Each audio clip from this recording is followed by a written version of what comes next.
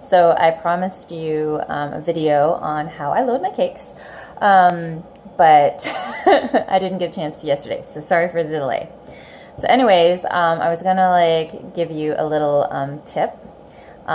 So when you're loading your cakes at a gig, you usually wash your brush in between the kids, and so when you put it in the thing to use again, it's usually sopping wet. So I don't know if that's why you might be getting a lot of gooiness in your cake, but I always have a nice black towel, little hand towel. I got it from a discount store. It was like 80 cents, but I bought like 5 of them. So every gig I go to, I've got like a towel, and after I've washed my brushes, before I put them to sit in my tray, I actually take the excess water off the bristles. So it's kind of already fixed me into a really tight tip, a really chiseled tip, because I have done that.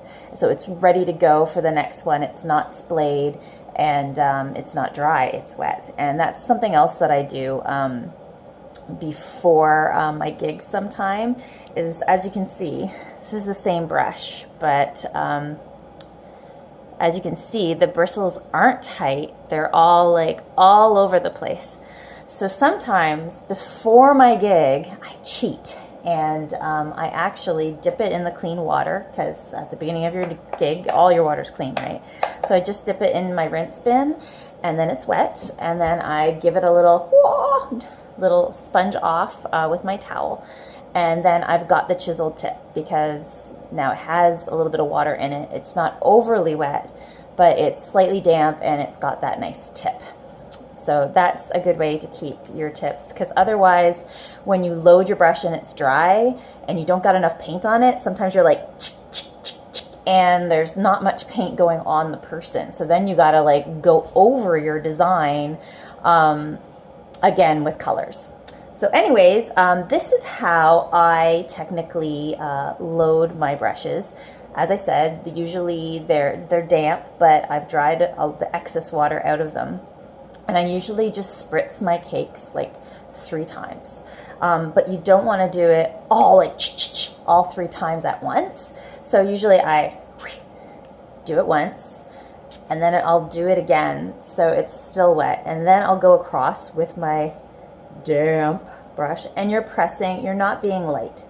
Now, as you can see, the color is almost a third up the way, but if you want to have a lot of paint on your brush that'll last your entire swiping of your design, then I go back again, and as you can see, I haven't muddied it up. If you continuously spray the cake 4 or 5 times in a row before you drag your brush across, it's going to muddy up the colors, and you're not going to have a lot of differential when you do it. So I spritz it again, and then I just go back,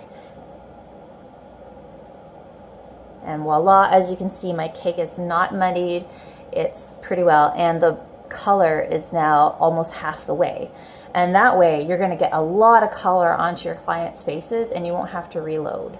Sometimes I even go up higher. If I'm doing a full Spider-Man, I'll get the paint going all the way up to almost the bottom of the ferrule, and I can do an entire Spider-Man mask with just one brush. No reloading of the color.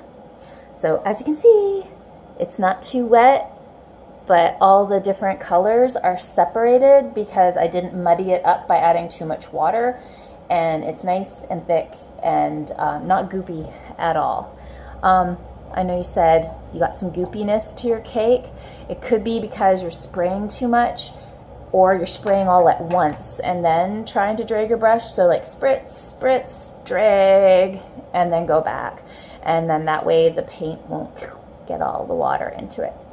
Hopefully that helps. Let me know if you have any other questions. Hopefully that's a good tip. Yay! All right, bye.